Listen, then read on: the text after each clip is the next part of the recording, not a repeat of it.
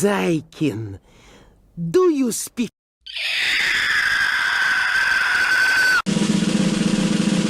Чего? 2.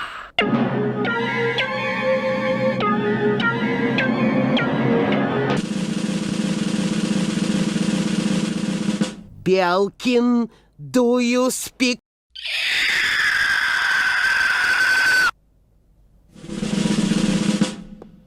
Чё? 2.